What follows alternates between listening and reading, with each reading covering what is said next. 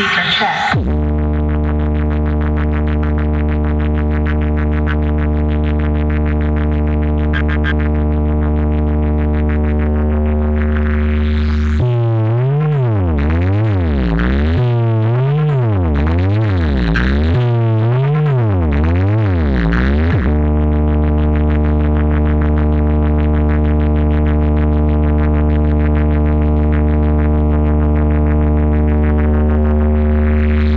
এতদিন আপনি খেলেছেন, সবাই আপনার পুতুল হয়ে নেচেছে।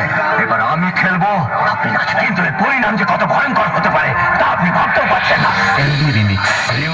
আপনার কীর্তন তো শুনলাম, এবার আমার কীর্তনটা শুনুন।